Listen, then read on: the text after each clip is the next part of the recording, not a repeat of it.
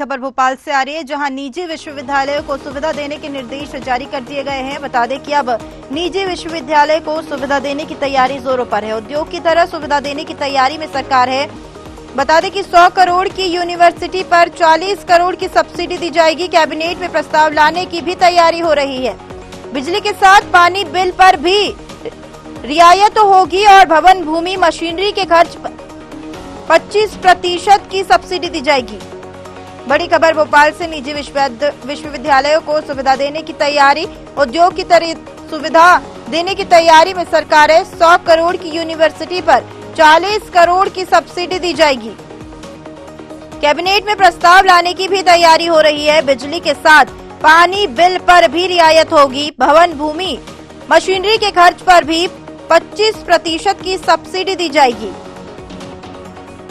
राजधानी भोपाल से बड़ी खबर, निजी विश्वविद्यालय को अब सुविधा देने की तैयारी में सरकार नजर आ रही है। उद्योग की तरह सुविधा देने की तैयारी में सरकार है। बता दें कि 100 करोड़ की यूनिवर्सिटी पर 40 करोड़ की सब्सिडी दी जाएगी। हमारे साथ इसी पर अधिक जानकारी के लिए एक बार फिर सत्यम शर्मा जुड़ चुके हैं। सत्यम, अब निजी विश्वविद्यालयों को सरकार की ओर से क्या कुछ सुविधा देने के निर्णय ले लिए गए हैं?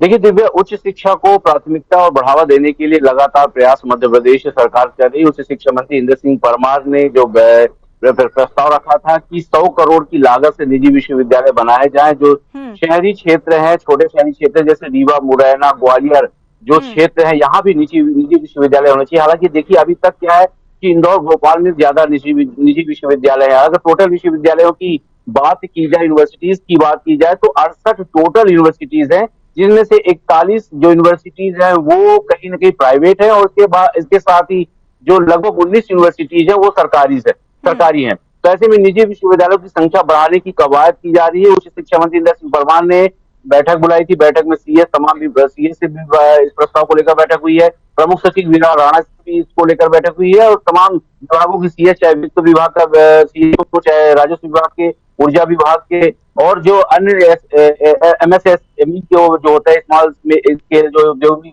वगैरह के होते हैं, उनके सीएस की बैठक बुलाई गई है। और तो इस बैठक में जो भी निर्णय होता है उसको लेकर के अब सचिवों को भेजा जाएगा, और सचिवों की निगरानी में बैठक होगी, और उसके बाद कहने की कैबिनेट में ये प्रस्ताव लाया जाएगा। और प्रस्ताव को अगर मुहर लगती है तो 100 करोड़ के जो इसमें स्कीम बनाई गई है, अब एक विश्वविद्यालय खोलने में, आप समझिए कि एक विश्वविद्यालय खोलने में 100 करोड़ का खर्चा आता है। 100 करोड़ के खर्चे में 40 करोड़ जो है सब्सिडी देने की सरकार बात कर रही है। सब्सिडी देने में जिसमें बिजली और पानी का खर्चा भी रहता है, उसमें 2 से 3% की छूट दी जाएगी।